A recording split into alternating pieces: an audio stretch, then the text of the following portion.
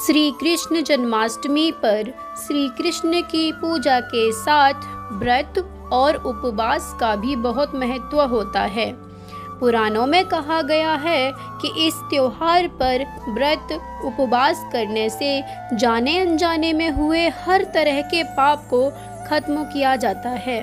तो आइए जानते हैं श्री कृष्ण पर्व पर व्रत और उपवास का क्या विधि और क्या महत्व होते हैं।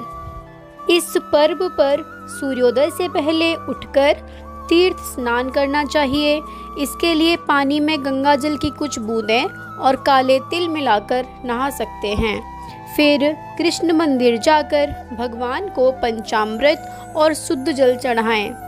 इसके बाद पीले कपड़े, फिर पीले फूल, इत्र और तुलसी पत्र चढ़ाएं।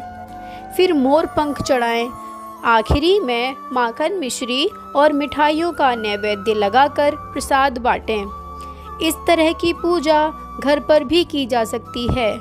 जन्माष्टमी की इस पावन घड़ी में भगवान श्री कृष्ण को अर्पित की जाने वाली हर वस्तु केवल पूजा का हिस्सा नहीं बल्कि हमारी श्रद्धा, प्रेम और समर्पण का प्रतीक होती है।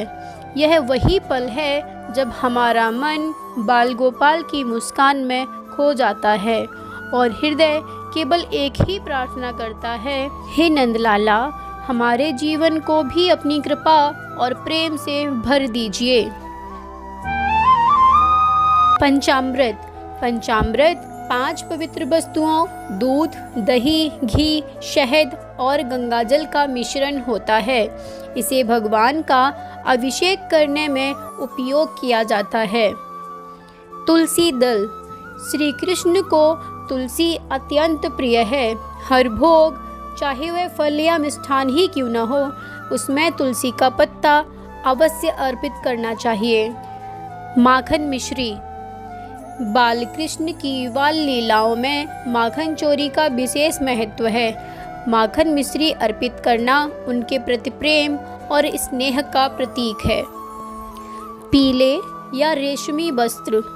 श्री कृष्ण को पीला रंग विशेष प्रिय है क्योंकि यह पवित्रता, ज्ञान और आनंद का प्रतीक होता है। फलों का भोग। फल सात्विक आहार का प्रतीक हैं और शुद्ध मन से अर्पित करने पर भगवान इन्हें प्रसाद स्वरूप स्वीकार करते हैं। धूप, दीप और अगरबत्ती। धूप, दीपक और अगरबत्ती जलाने से वातावरण पवित्र और सुगंधित होता है। यह पूजा में सकारात्मक ऊर्जा का संचार करता है और भगवान के स्वागत का प्रतीक है। चंदन और रोली। भगवान के तिलक के लिए चंदन और रोली का प्रयोग किया जाता है।